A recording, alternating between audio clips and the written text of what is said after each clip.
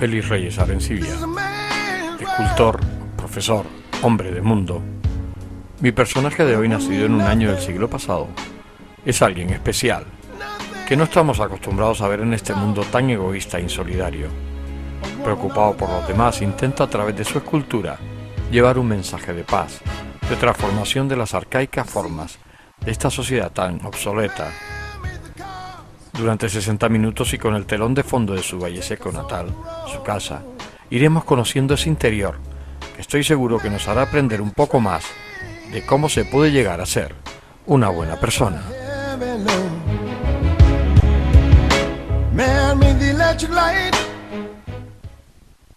Félix, ¿cómo son tus recuerdos de niño? Tú naces en Valleseco, naces bueno, pues en este pueblo tan maravilloso, pero desde muy pequeño, o sea, estás aquí hasta los 7 años. No, hasta los 3 años. 3 años. O sea, mis padres eran aquí de Lanzarote, uno de Los Picos, y mi madre del Roque, que está a mitad camino entre el pueblo y Valleseco, y Lanzarote. Entonces, mi padre era panadero, y mis abuelos paternos eran panaderos, y mis abuelos maternos eran agricultores y ganaderos. Entonces, pues nací aquí en el Roque hace ya 70 años. El día 1 de junio del 41 nací yo aquí en Valleseco.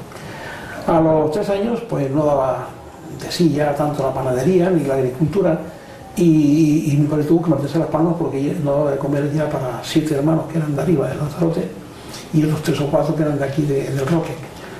Y mi padre, que era el mayor, pues tomó la rienda y se fue para Las Palmas. Y estuvo trabajando primero en una fábrica, en un almacén de patatas, de papas, que era de Juan Valido. Pero mi padre era un hombre indómito, estaba todo el tiempo, le gustaba mucho a él ser independiente, que nadie le mandase, no valía para eso. Todo el tiempo, desde que nació, hacía lo que quería en su panadería, y cuando llegó a Las Palmas también quiso trabajar por su cuenta. Se compró un carro y una parada, un carro que él tiraba del carro. Entonces hacía recados por las tiendas, le decía, oye, quiero tráeme papas, tráeme judías, tráeme cole, o aceite, o harina, o lo que sea. Y mi padre con su garrito iba y tal. Cuando yo tenía 11 o 12 años, le empujaba yo el carro. Yo iba con mi padre al mercado, él tiraba el carro y me empujaba. ¿Cómo tienes tú los recuerdos de niño? ¿Cómo jugabas? ¿A qué jugabas? ¿Si jugabas? Sí. ¿Cómo era aquella época? Aquí en Valleseco me acuerdo de poco porque yo me fui con 3 años, pero yo luego todos los veranos venía aquí, me pasaba 2 o 3 meses aquí en el pueblo siempre, ¿no? Y los fines de semana muchas veces también subíamos con mis padres aquí arriba, ¿no? Entonces, pues los juegos que jugábamos, pues como con un aro, como corriendo por allí, hacíamos unos carritos que eran de ya con 12 o 14 años, 12 años, unos carritos que eran un carro con una cruceta, con unos cojinetes, y tú ibas cuesta abajo, yendo por ahí, o con barro. En épocas más jóvenes era con barro y piedra, haciendo gallinías, o haciendo cosas de juguete, o unas vacas, o sea, lo que veíamos en el pueblo sería arar y cultivar la tierra, y nosotros tratábamos de imitar esas cosas de los mayores. Y luego escuchábamos mucho a los mayores, en casa de mi abuela se hacía siempre tertulia, y de esas tertulias pues las personas mayores estaban hablando de sus historias, de cuentos, de cosas raras, muchas veces muy surrealistas y muchas mentiras, ¿no? Se contaban muchas mentiras, solo que tú no lo sabías entonces. Y era muy agradable oír a las personas mayores y jóvenes hay un poco, porque la gente joven, en cuando tenían 12 o 14 años, iban a trabajar ya al campo, ¿no? Se iban a cuidar el ganado o a segar. El concepto de las Navidades de un niño de aquella época, de tu historia, ¿cómo la recuerdas? Pues con mucho cariño, ese es el día que se reunió toda la familia. Aquí siempre que todos estuviesen, donde quiera que estuviesen, venimos todos aquí a todos los abuelos a pasar la Navidad. En Valle Seco. En Valle Seco, sí. La Navidad en casa de una abuela y el año viejo en casa de otra abuela. Entonces, pues ahí se guardaban cosas de la manzana serreineta que se metía en los armarios, las castañas, yapilongas, las nueces, las almendras, las uvas, los higos pasos, y eran las fiestas de familia, ¿no? Donde se comía, todo el mundo hacía un sancocho o se mataba algún cabrito, algún baifo, alguna cosa de tipo, y se hacía una comida familiar y era muy bonita, porque es cuando nos reunimos todos los primos y todas las personas que estábamos un poco separados, los tíos, y era muy alegre, ¿no? La Navidad. Y el año viejo con la otra familia, ¿no? Que entonces ya era menos íntima, porque la gente ya, sobre todo los mayores, ya se bajaban aquí al pueblo al baile o hacerla fuera de casa, pero la Navidad era en casa de los abuelos con toda la familia reunida. Era muy bonita. ¿Y los Reyes, había concepto de juguetes en aquella época o la cosa no estaba muy dura? Sí, y era muy traumática para mí porque yo era un niño bueno, dicen que era bueno. Me portaba muy bien, pero no tenía regalos. Entonces digo, coño, los Reyes Magos son injustos, no hay derecho a eso, ¿no? A que este tío tenga un balón de reglamento y la camisa de la Unión Deportiva Las Palmas y botas y tal, y yo tengo una pelota dura que nadie quiere jugar conmigo, con una pelota durísima, que se podía comprar. Y sí me acuerdo, y alguna vez que voy por Barcelona y que veo el Museo del Juguete, aquellos de Payá, que era unos juguetes de chapa, de hojalata, que venían como recortados y tú los desmontabas y los pegabas con una moto, una cosa así. Claro, las motos estas que además que se trababan con una y ahora valen una fortuna. Claro, una fortuna, entonces era lo más barato que había por ahí. Y este luego los juguetes que tú mismo te fabricabas, ¿no? Para jugar con tus amigos aquí. ¿Cómo llegas tú al colegio? Porque tú efectivamente decías que con 11 o 12 años estabas ya ayudando a tu padre. ¿Cómo recuerdas tú el colegio? El colegio de infancia fuimos mi madre me enseñó a mí las primeras letras. Mi madre con la cartilla me enseñó a decir las letras y a unir dos letras. Y luego fui a un colegio que se llama de Doña María, ahí en el barrio del Lugo, que era un colegio de pago. Entonces estuve allí hasta los 13 años. A los 13 años empecé a trabajar ya en la escuela con Don Abraham y dejé de ir al colegio más. Pero ya como tenía intención de entrar en Bellas Artes, cuando mi profesor me dijo que yo tenía cualidad y a mí me encantaba eso, yo quería hacer Bellas Artes a toda costa, me fui a una academia que estaba en León y Castillo, que era de don Antonio Manzano, era el nombre, le llamamos don Antonio Cachimbú, siempre iba con una cachimba fumando, ¿no? Y ahí nos preparamos para hacer el bachillerato por libre, o sea que nos hicieron un examen de cultura general como equivalente al bachillerato elemental, que es lo que entonces pedían para ingresar en Bellas Artes. Y ahí pues me lo preparé, ingresé en Bellas Artes y luego ya me fui para Madrid en el año 61. Estamos hablando de tu adolescencia y también de tu entrada en la escultura. Porque además tú entras en la escultura de forma casi anecdótica, ¿no? Porque además un día pasas por una ventana y te asomas y ves algo que te... Sí, es curioso porque yo no tenía ni idea de... Creo que antes hacía cosas con miga de pan, que hacía mi abuelo, o que hacía alguna cosa con barro, pues yo tengo muy poco recuerdo de ello, ¿no? Pero cierto es que un día estábamos en la calle Matías Padrón, que yo vivía, y íbamos a Cindy Colón, que está en la calle Pamo Llamoso. Allí pues los jueves por la tarde libramos en el colegio y me paso por allí y veo una ventana abierta, me quedo mirando y dentro olía madera y un señor ahí dándole golpes a una escultura de madera. Y ¿qué es esto? Me gustó, ¿no? Me quedé toda la tarde, no fui al cine, me quedé toda la tarde mirando a través de la ventana. Dentro vi a Tiní, Agustín Bautista, y entonces pues le pregunté, oye, Tiní, ¿qué hay que hacer para entrar aquí? Y tal. Y dice, no, hablar solamente con el maestro, tú hablas con el maestro y ya está, ¿no? Entonces, pues, hablo con el profesor cuando nos habrán cargo el día siguiente y dije, mire, que tengo interés de ir aquí a ver si... que esto me gusta a mí mucho y tal. Dice, bueno, usted venga para aquí y ya vamos a ver qué hace. Hablo con mi madre, con mi padre, como yo no me gustaba estudiar, pues dice, pues vete ahí, por lo menos aprenderás algo. Ya me meto allí en esto y me tuvo un año como de pinche, ¿no? Amasando barro, afilando herramientas, barriendo la escuela. Cuando todo se marchaba yo me quedaba para recoger todo, para limpiar. Para mí no me importaba, yo estaba viendo lo que los demás hacían y mientras amasaba el barro me fijaba, preguntaba Y al cabo de un año, más o menos, me dijo, había masa barra para una cabeza, de tamaño natural, y prepara un soporte. Yo cuando tenga todo preparado, como siempre, ¿para quién es? ¿Dónde lo pongo? Dice, no, ese es para ti. A partir de hoy, haz lo que quiera. Haga usted lo que quiera, me dijo. Sí, me liberó de la esclavitud y me puse a modelar y a hacer cosas, y a romper, y a crear, y a hacer cosas de tipo, hasta hoy. Tu época de joven, Félix, ¿cómo la recuerdas? Además de estar muy imbuido en la escultura y en tus clases con Sí. don Abraham Cárdenas, ¿cómo la recuerdas? ¿Cómo era la juventud de aquella época? Los bailes, ¿cómo era todo aquello? Los guateques. Las chicas, Sí. las reuniones que se Sí. hacían. Bueno, eso era muy curioso porque entonces en aquella época no había un duro, ¿no? Hoy tenemos crisis, pero entonces no había nada. Y si tenías un duro, pues no tenías que comprar. Y no teníamos nada más que la playa. Yo todos los días estaba en la escuela y los domingos y sábados por la tarde íbamos a la playa. Y cuando salíamos a la playa, íbamos a Triana, a pasear. No había otra diversión. Si tenías un duro, te podías ir al cine o algún guateque que se hacía entonces, que cada uno aportaba un dinero, y en un local o en la casa de un amigo se hacía un guateque con la chavala, ¿no? Entonces pues trataba de conquistar alguna. Alguna ya me gustó y alguna tuve mucha ocasión de ser su pareja, pero su novio entonces. Pero yo no tenía nada que ofrecerle a la gente. Digo, ¿qué le voy a ofrecer yo a esta gente? Un trabajo como muy seguro. Yo fui bastante responsable en ese sentido, ¿no?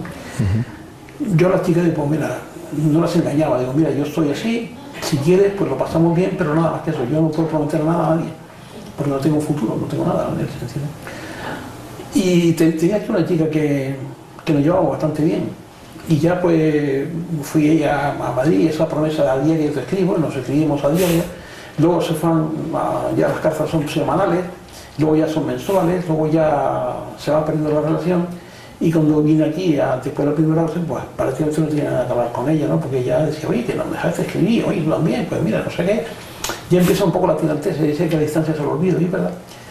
Y entonces pues ya sigo en la escuela y ya me enamoré de Rosa, de mi abuelo, que es mi ¿Que la conoces? en la Escuela de Bellas Artes. En la Escuela de Bellas Artes en Madrid. Sí, yo estaba en el último curso ya de carrera, cuando ella ingresó. Y yo me iba a ir a París con Ángel Pérez, que es un escultor canario que fabuloso, que vive ahora aún vive y vive en París. Y me iba a trabajar con él un poco de aventura, ¿no? Para allá. Y entonces pues me echó la novia y ya me sujetó un poco. Pedí beca para ampliar estudios. En Madrid estaba haciendo hueco grabado, medallas, y me surgió el trabajo de Logroño, porque hasta entonces las clases se estaban dándolas pues unas personas que no tenían ninguna, no eran licenciados ni profesores siquiera, era gente más o menos preparada, autodidacta. Pero llegó el que la tenía un nieto que era director general de Bellas Artes y dijo, no, esto no es justo, aquí en las escuelas oficiales tiene que ser personal titulado, porque aquí era un desmadre. Entonces pues fue el director de la escuela de Logroño, fue a buscar a alguien titulado en Madrid y se le ocurrió ir a la escuela a buscar a alguien. Y justo a Luis Alegre, que era el director de entonces de la Escuela de Bellas Artes, me encontró por el pasillo y dice, Rey, ¿te quieres ir a Logroño que hay una plaza? Digo, oye, mañana te contesto. Hablo con Rosa, le digo, oye, si te casas conmigo, mañana vamos para Logroño a trabajar. Ya tenía un proyecto así, sí, allí ya tenía un porvenir. Entonces, pues nos casamos y fuimos a Logroño. Al año siguiente salieron las oposiciones, las gané y ahí me quedé. Me quedé en Logroño porque el sueldo que se ganaba entonces era muy poco. Ganábamos 8.300 pesetas al mes, 8.100 pesetas al mes. Y con eso lo tenía que... Yo saqué el número 5 habían 3 plazas para Madrid, 3 para Barcelona y 2 para Zaragoza. Y cuando me toca a mí elegir, pues digo, Logroño. Y le recuerdo cómo queda en Zaragoza y en Barcelona queda... Digo, no, yo quiero Logroño porque con 6.000 pesetas no se podía vivir, ni para el alquiler. En Logroño sí, ya tenía yo una casa que pagaba 1.700 pesos de alquiler y ya con un poquito de esfuerzo podía salir adelante, ¿no? Luego ya daba clase por la mañana en un colegio, para la noche en un nocturno y allí poco a poco fuimos tirando. Nace las 2 hijas y en ese periodo Rosa acaba también la carrera y también empezó a trabajar, entonces ya pues la economía fue funcionando un poco mejor. En ese tiempo, en esa juventud, ¿por qué te vas a Madrid? Es decir, tú querías ser profesor, no había fórmula aquí ninguna, ni incluso en Tenerife tampoco, no sé si se daban Si No, había... en Tenerife había escuela de Bellas Artes, pero no estaba homologada del todo. No estaba homologada Tenías del todo. que repetir, o sea, en revalidar todos los estudios de Tenerife y luego en Madrid. O bien venía aquí un tribunal o tú tenías que irte a Madrid a hacer una revalida de todas las asignaturas. Entonces eso era costosísimo y pues porque tenías que estar en Tenerife pagando una pensión y al mismo tiempo tenías que hacer una revalida, luego irte a Madrid a hacer la revalida de todas las asignaturas. Entonces tú decides irte a Madrid. Sí, sí. ¿Tu vida en Madrid cómo fue? ¿Fue muy bohemia? ¿Fue muy...?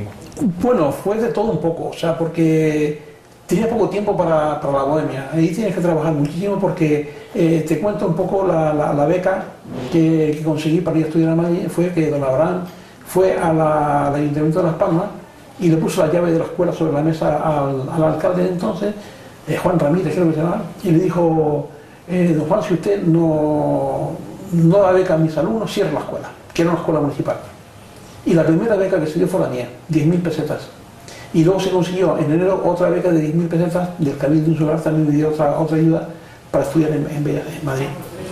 Llegó a Madrid y tarde, la beca me la dieron tarde, llegué ahí el día 4 de noviembre. Ya estaba la matrícula cerrada, tuve que matricularme como alumno libre para poder luego tener una calificación, tener que terminar uno a final de curso, que no todos me consideraron libre, muchos como asistí a todas las clases me consideraron como oficial y me pusieron una calificación de oficial sin examen, otros sí me hicieron examinar de la materia. Y tiene que tener nota media de notable para poder prorrogar la beca. Entonces la saqué, ese año con muchísimo esfuerzo, pasé mucha hambre, porque después de pagar la matrícula, de hecho doble, y la pensión y comprar unos materiales, estuve 22 días sin comer, porque incluso haciéndome pasar por cubano, cuando fue el exilio de Cuba, que venían para acá después de la Revolución Cubana, venían muchos aquí a España y entonces un día que pasaba por la calle oía comida aquello y me puse una cola que había allí y dije a uno, oye, ¿qué hay que hacer aquí para comer? Yo le conté un poco mi vida y dice, ¿usted come conmigo hoy, niño? Entonces entramos para adentro y dice, este chico todavía no tiene la tarjeta, que es del sindicato, porque acaba de llegar ahora y tal. Y estuve 3 días haciéndome pasar por cubano, comiendo con ese viejillo ahí en el auxilio social, ¿vale? Y esa fue un poco la cosa, o sea que no tenía tiempo estuvimos trabajando por la noche, trabajamos para unos hermanos Bru, que hacían unas esculturas, Pepe Toledo, Narciso y yo, trabajamos repasando esculturas para ganarte un dinerito,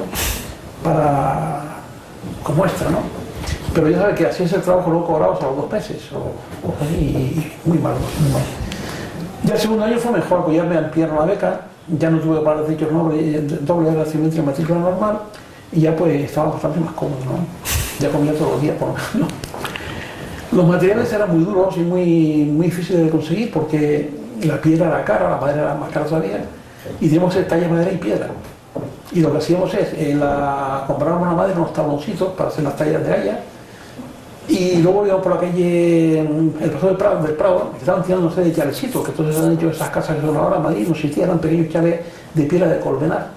Y por la noche íbamos ahí con una carretilla y nos traíamos bloques, hielo, pues decíamos la escuela llena de bloques de piedra para trabajar, ¿no?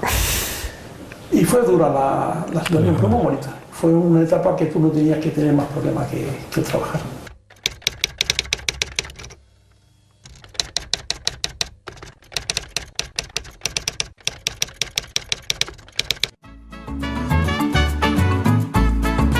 El ahorrador de electricidad Estaminal es el único aparato en el mercado que reduce el consumo de electricidad tras haberse instalado en miles de hogares en Canarias. No deje que su factura de electricidad afecte su economía familiar. El ahorrador Estaminal le garantiza una reducción de un 10 hasta un 35% de su recibo de luz. Estaminal no necesita ninguna instalación especial, es autoinstalable y no consume electricidad. Diga basta al excesivo consumo de electricidad y llámenos al 928-481-249. Reduzca hasta un 35% de su factura de electricidad. Estaminal, su seguro de ahorro.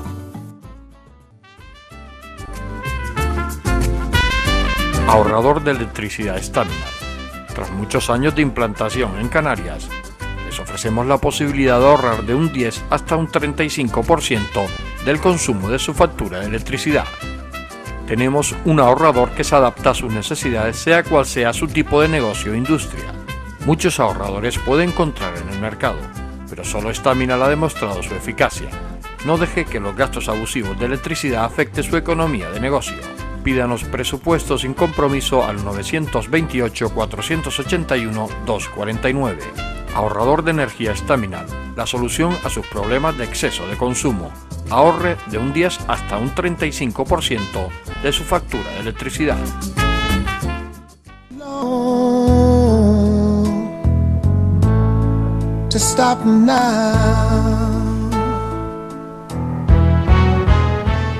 Hemos consumido el primer tramo de entrevista, escuchar sus vivencias de niño, el cómo encontró lo que iba a ser su modo de vida al observar a Agustín León trabajar en aquella academia de Abraham Cárdenas. El escuchar a Félix Reyes nos transporta a una dimensión que permite recibir buenas vibraciones y hacernos sentir un placer interior que nos obliga a seguir oyendo, ávidos de su verborrea sencilla y agradable. Pero vamos a seguir escuchándole.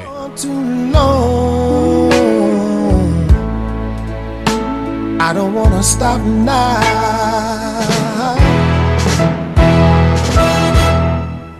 With you, my life. ¿Cómo transcurrió la vida en Logroño? Porque cuando tú llegas, efectivamente, llegas muy joven a Logroño. Sí. Porque además te habías ido joven, estábamos hablando de 20 y pico de años. 25 años. 25 años. Yo cuando acabé la carrera tenía 25 años. Y me fui a dar clase a Logroño, a la Escuela de Arte y Oficios de Logroño. ¿Cómo fue aquella experiencia? Preciosa, porque estaba todo sin hacer. Como antes comenté, cuando llegamos a Logroño no había ningún profesor titular en la escuela y aquí estaba un poco como dejado de la mano de Dios. Había unas enseñanzas que eran bonitas, pero eran insuficientes para lo que se pedía para una ciudad como La Rioja, ¿no? Como Logroño. Eran cursos monográficos donde la gente iba a partir de las 7 de la tarde, que se iba a trabajar, iba a hacer pues sus pequeñas cosas para aprender, para entretenerse un poco, iba a pintar, a dibujar, hacer escultura como entretenimiento, ¿no? Pero yo creo que aquí no tiene ningún porvenir, había que hacer una enseñanza reglada y darle una categoría de escuela de verdad. Claro. Entonces, pues, cogiendo ya los ejemplos, yo conocía de las escuelas de Madrid e implantamos los estudios de decoración, que solamente se daban en Zaragoza entonces. Y la gente que quería hacer decoración tenía que desplazarse a Zaragoza. Ya nosotros implantamos la decoración allí en la escuela, cambiamos todo, porque el director que estaba era uno que llevaba también 40 años de director y estaba pasado de todo. Entonces cuando fui yo director de la escuela, lo primero que me fui a Madrid a renovar la escuela, saqué fotografía de todo lo que estaba aquí en la escuela, eran unas clases grises, unas mesas corridas y aquí ya no era básico aquí para trabajar. Entonces lo que hicimos sí fue comprar un mobiliario nuevo, mesas individuales para cada uno de los alumnos, pintar las clases, iluminar las clases que estaban muy mal iluminadas y empezamos ya a formar la escuela de decoración que aún sigue funcionando ya como un nivel superior, ¿no? Pero esos fueron los inicios y fue muy bonito porque estaba todo por hacer. Entonces por cualquier cosa que hacía se notaba que iba creciendo aquí, ¿no? Empezamos a contratar más profesor, que no vimos 4 profesores en la escuela y ya ahora somos un día 40. Ahí, ¿no?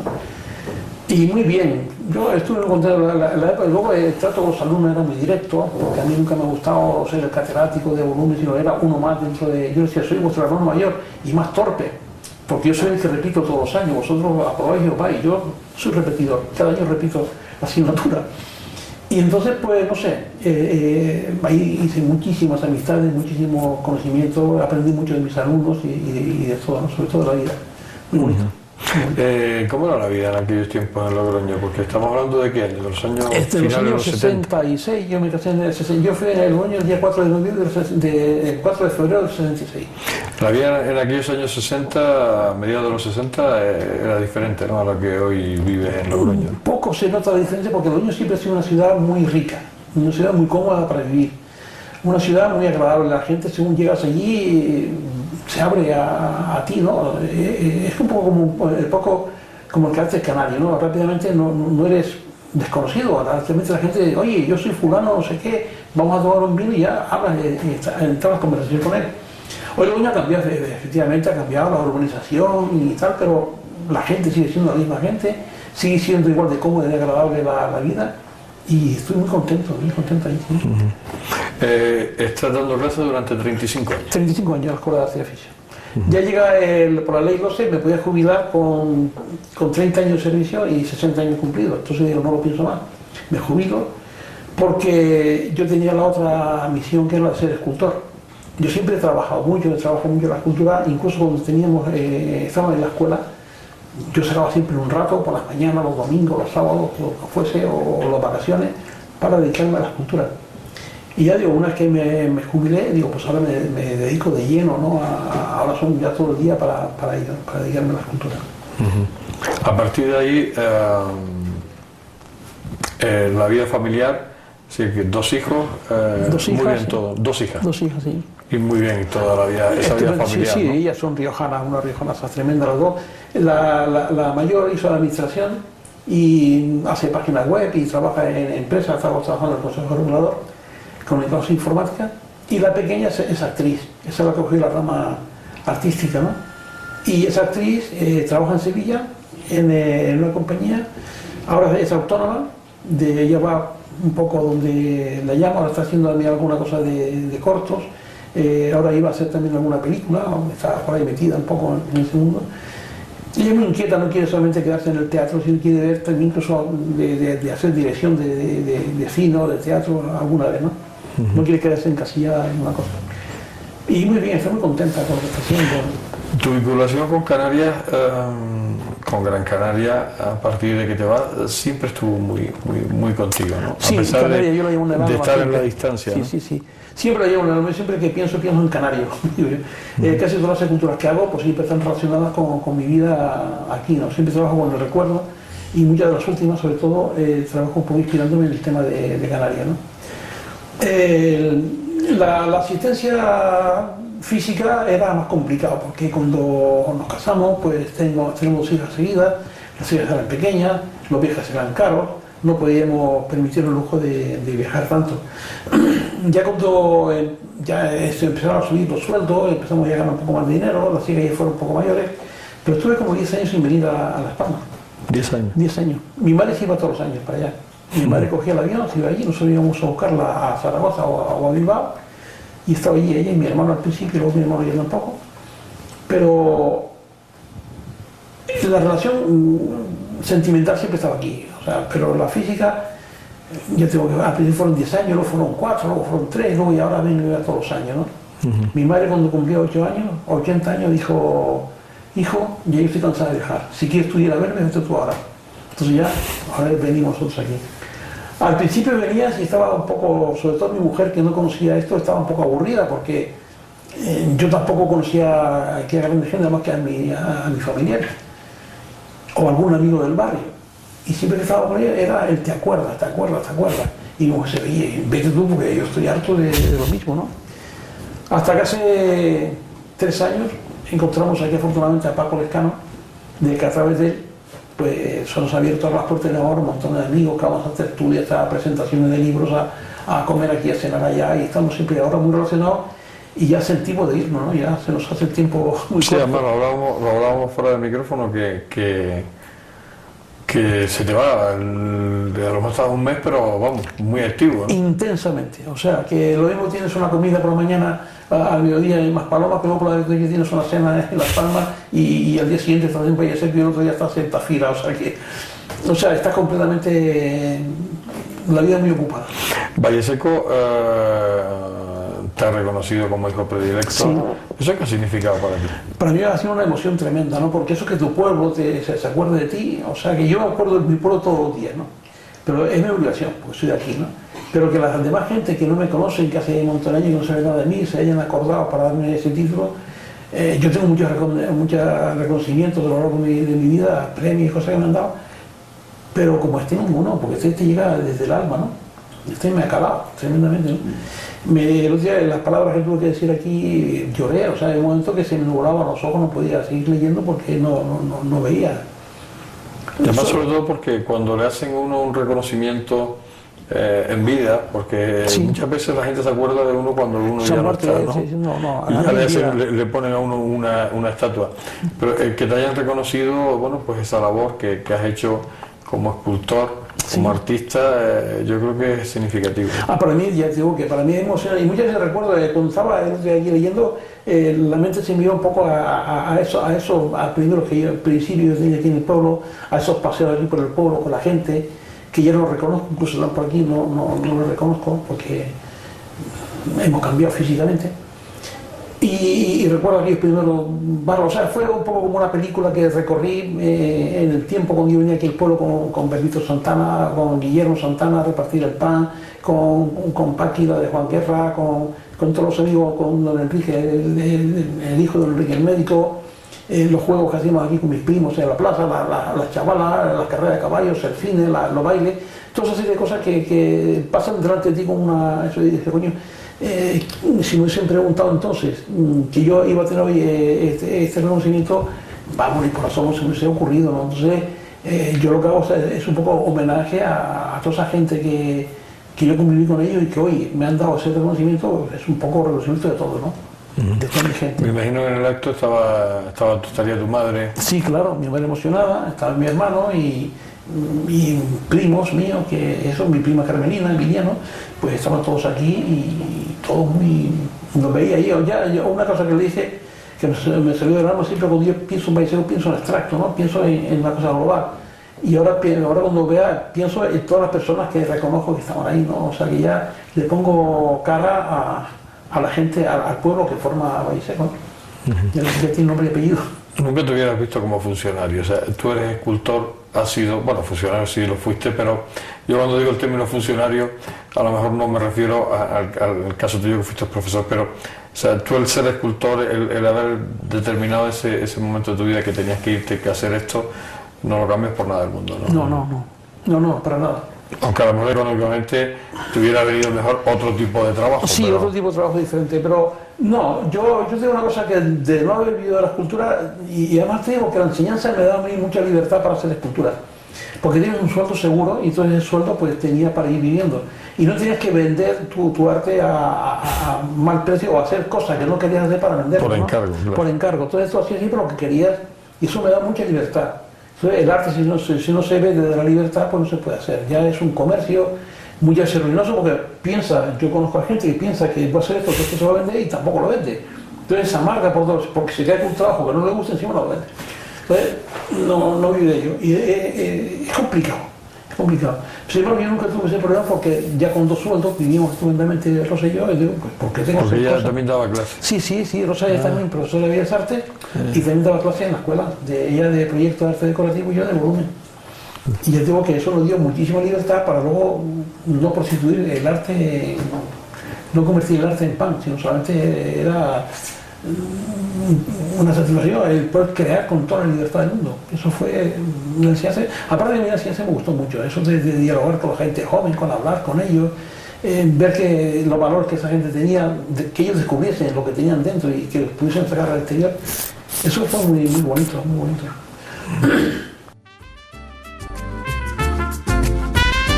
Ahorrador de electricidad Staminal. Tras muchos años de implantación en Canarias, les ofrecemos la posibilidad de ahorrar de un 10 hasta un 35% del consumo de su factura de electricidad. Tenemos un ahorrador que se adapta a sus necesidades, sea cual sea su tipo de negocio o industria. Muchos ahorradores puede encontrar en el mercado, pero solo Staminal ha demostrado su eficacia. No deje que los gastos abusivos de electricidad afecten su economía de negocio. Pídanos presupuesto sin compromiso al 921-481-249. Ahorrador de energía Staminal, la solución a sus problemas de exceso de consumo. Ahorre de un 10 hasta un 35% de su factura de electricidad.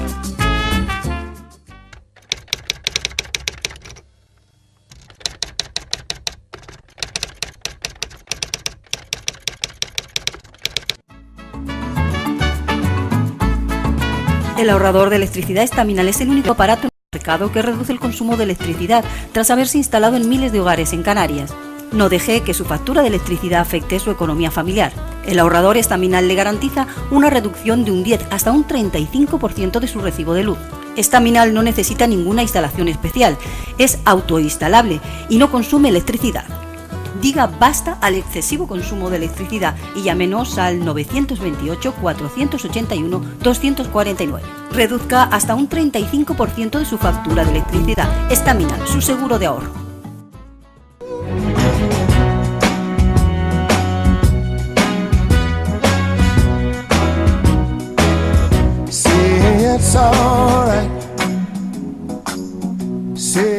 A medida que iban pasando los minutos, Félix nos transmite un río de vivencias, anécdotas, en fin, de un mundo sin igual para una persona singular.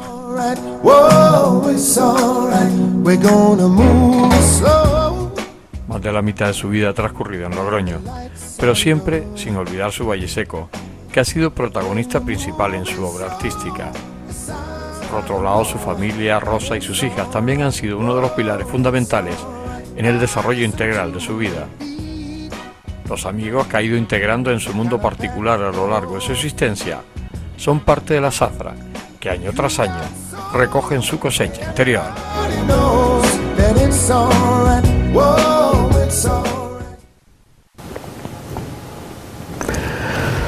Llegamos a hoy, Félix, ¿cómo te sientes? Muy a gusto, perfectamente bien. La vida me ha sonreído bastante bien, o sea, desde hace un montón de años todos aquellos esfuerzos que has luchado, esfuerzos que hacían siempre con cariño, ¿no? Siempre dentro del esfuerzo y de las penurias que has ido pasando, tienen su gratificación, ¿no? Son momentos que has ido viviendo y te han ido formando como persona, como ser humano. Hoy día es cuando llego ya a mi jubilación, ya consigue la labor ya está hecha, te das cuenta que no está hecha, que la labor está por hacer, que ahora es cuando de verdad puedo sacar yo el tiempo para hacer todo lo que siempre he querido hacer. Esa jubilación me ha permitido pues dedicarme de lleno a la escultura, donde trabajo intensamente pues de 8 o 10 horas diarias, en días de prisa, de agobio, de presentación de algún trabajo, pero mínimo de 8 diarias, sin dudarlo. Y soy muy feliz, trabajando, haciendo lo que yo quiero, como comentamos fuera del programa, antes viendo un poco que la enseñanza me sirvió a mí para tener una cierta independencia dentro de la escultura, trabajar desde la libertad, no tener que depender de vender una escultura para comer, eso te da mucha seguridad en tu trabajo. Y estoy muy a gusto con las relaciones de amigos que tengo ahí en La Rioja, compañeros, hacemos tertulias, tenemos proyectos, llenos de proyectos a todas horas, reuniones muy frecuentes, comidas, risas y vivir con toda la gente y compenetrarnos. Somos un grupo de unas 14 personas ahora mismo que muchos han sido alumnos míos, los más viejos somos Rosa y yo, pero con las mismas ilusiones que ellos, los mismos problemas que ellos, los mismos planteamientos artísticos que ellos. Cuando algunos de ellos van a exponer a alguna zona, nosotros vamos. Hemos ido a Huesca, hemos ido a Toledo, a una exposición que tuve allí, hemos ido a Valladolid, hemos ido a Salamanca, a Teruel. Siempre que alguno de ellos se expone en Pamplona, siempre que alguno de ellos se expone, vamos todo el grupo a hacerle compañía y apoyarles, por lo menos en esos momentos que se sienta arropado, ¿no? Yo soy distinto. Y espero que el año que viene, cuando se expone mi mujer aquí, pues vengan todos aquí también, en una fiesta. Y digo que eso te hace sentirte muy cómodo. Te hace sentirte muy cómodo en el sentido de que estás como muy feliz, muy relajado, muy integrado con una sociedad que te ha tocado vivir en este momento, artísticamente en una plenitud grande que estoy ahora. Soy muy feliz. Muchísimos proyectos, ¿no? Porque te estaba escuchando, o sea, las ilusiones no se han perdido. Todo lo contrario, al contrario, ¿no? Aumenta cada día. Sí, sí, sí. Porque aparte ahora, como tú decías, en plenitud artística, porque incluso tus obras pues van a museos, sí, van a... Sí. Ahora, hace ya de unos años para acá que conocía, tuve la primera relación que conocí en la exposición de solidaridad en Logroño, fue justo el día, 2 años más tarde de haberse hecho el atentado de Atocha de Madrid, ¿no? Yo me inspiré en Valle Seco, los entierros de Valle Seco, que este clima siempre es húmedo, siempre sabe muy lluvioso. La gente siempre bajaba con sus paraguas y al cementerio, ¿no? Pues esos sentimientos yo los tenía ocultos, pero se me surgieron cuando vi en la manifestación en la calle, que todo el mundo salió lloviendo a la calle con paraguas. Entonces me acordé yo de Valle Seco, de los sentimientos que tenía, de los entierros de aquí del pueblo, y automáticamente me puse a trabajar el día siguiente en ese proyecto, ¿no?, de solidaridad. Ahí le interesó mucho ese trabajo a Juan Ramírez, que es director del BUR España, hoy es presidente de BUR España, y se interesó mucho por mi trabajo y dice: quiero ver más cosas tuyas. Un día quedamos y fuimos arriba a mi pueblo, a Santa Lucía de Ocón, donde vivo, y y tenía yo el proyecto, estaba trabajando en el proyecto del laberinto. Y dice, oye, esto tiene muy buena pinta, tenme al día de ello, ¿no? Dice, pero aquellas tres las quiero para el museo.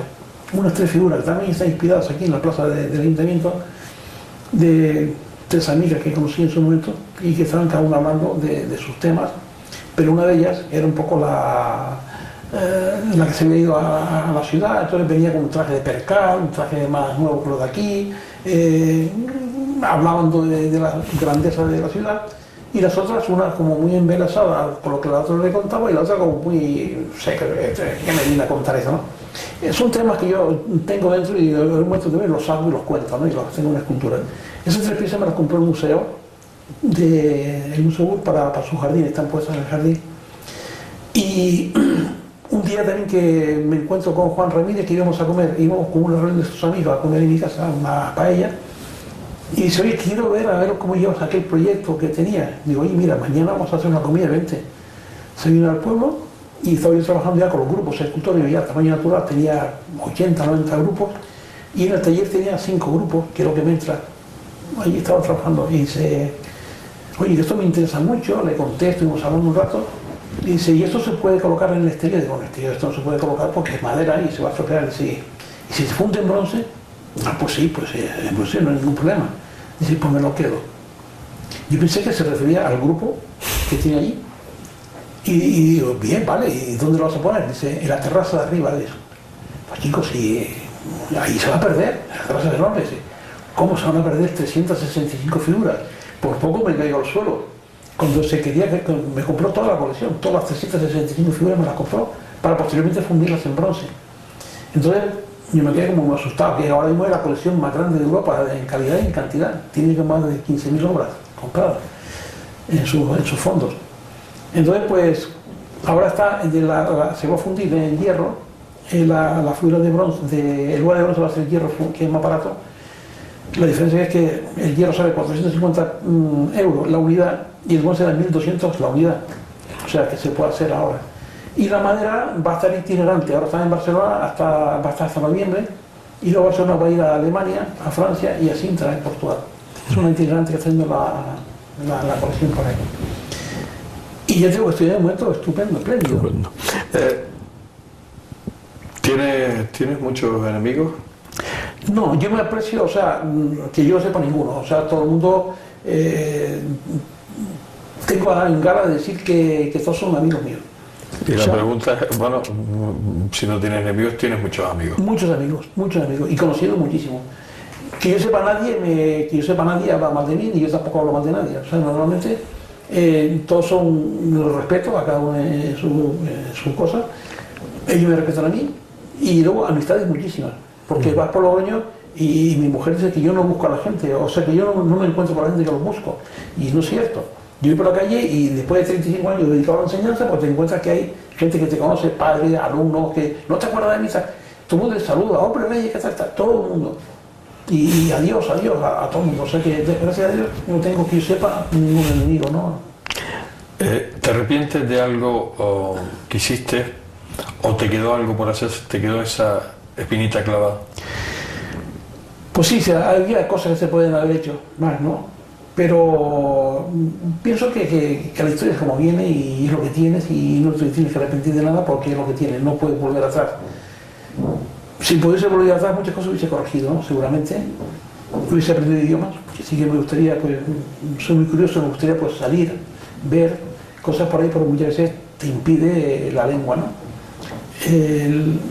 Hace poco me escribe por internet un chaval que había visto mi página web, quería que yo estuviese dándole clase, que tiene una beca de Erasmus, y me dijo, sí, que yo hablo inglés, francés, alemán y tal, y yo lo conté en plan de broma, qué pena que no sepas chino porque es el idioma que yo domino, ¿no?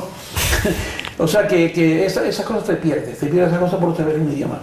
Te pierdes el poder ir a Londres y hablar con Henry Moore o con alguna persona que tú conoces, podías haber tenido relación con él y conocerlo en directo, ¿no? Pues entonces, con el intérprete o ya no es lo mismo. No es lo mismo, ¿no? Y esa espina se la tengo. Mi mujer sabe idiomas, ella sabe inglés y francés y es lo que ella más o menos, pues me defiendo con ella, ¿no? Que vamos por ahí y ella... Te sirve intérprete. Sí. ¿Qué piensas de la política? La política, tú siempre has estado al margen de ella. Totalmente, sí. Además, no has estado casado con ella, con lo cual no. Me imagino que Hombre, tengo mis ideas, como todos políticas, entonces resulta que yo no soy practicante, soy el que voto y que, como decía el granito de arena, así que quiero que quede ahí, ¿no? Entonces, pues, en la política ya me han hecho dos ofertas para ella, una cuando empezaba la democracia, que era para el Partido del Trabajo. Y entonces yo digo, no, yo sí soy trabajador, yo me dedico a trabajar, que es lo mío, y la política es para vosotros, yo no quiero hacer... Había que estar, yo era muy conocido entonces y podía haber cogido algún voto, pero que no van con mi carácter, la política, pienso que los políticos hacen una gran labor, si sienten la política y la saben llevar, pues soy un desastre de la política, ¿no? Un desastre de política porque tengo un carácter que a todo digo que sí, porque... Y la política voy a decir que no. Yo sí puedo hacer, está en mi mano, yo, ¿cómo que no? Yo te ayudo a ti y de verdad, ¿no? Y la política a lo mejor eso no lo puede hacer. Y también me di para ser alcalde de mi pueblo, allí de Santa Lucía, y digo, pues no, yo no quiero, mi hermano no sé, igual. Vamos llegando al final. ¿Cómo te gustaría que fueras recordado, Félix? Pues no lo sé, cada uno tendrá su imagen de mí, unas por unas razones y otras por otras, ¿no? Simplemente que yo me recuerde como un amigo, ¿no? Y como un trabajador. O sea que yo soy una persona que siempre trato de cultivar la amistad con la gente, de llevarme bien con todo, como hemos comentado, y luego mi pasión es el trabajo, ¿no? Con mis cosas. Que me recuerdan así, y el que tenga otra opinión, pues también lo hace. O sea que cada uno que me recuerde como quiera.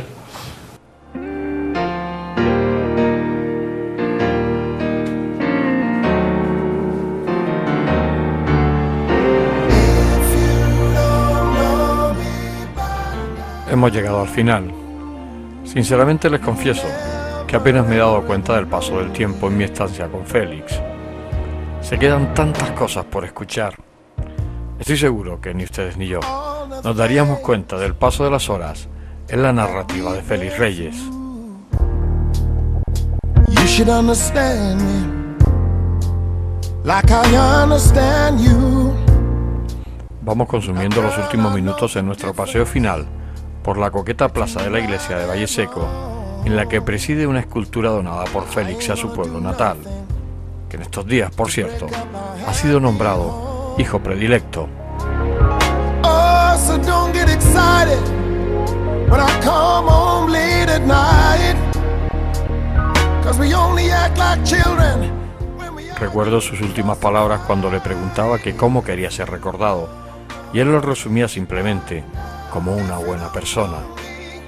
A las generaciones venideras no les será muy difícil recordarte así, ya que es innato en él su bondad y su falta de malicia con respecto al prójimo.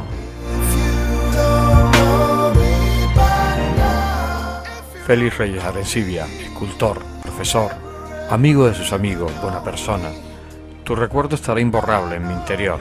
Solo espero que me aceptes como futuro amigo tuyo. Félix, amigo mío, hasta siempre. No te olvidaré.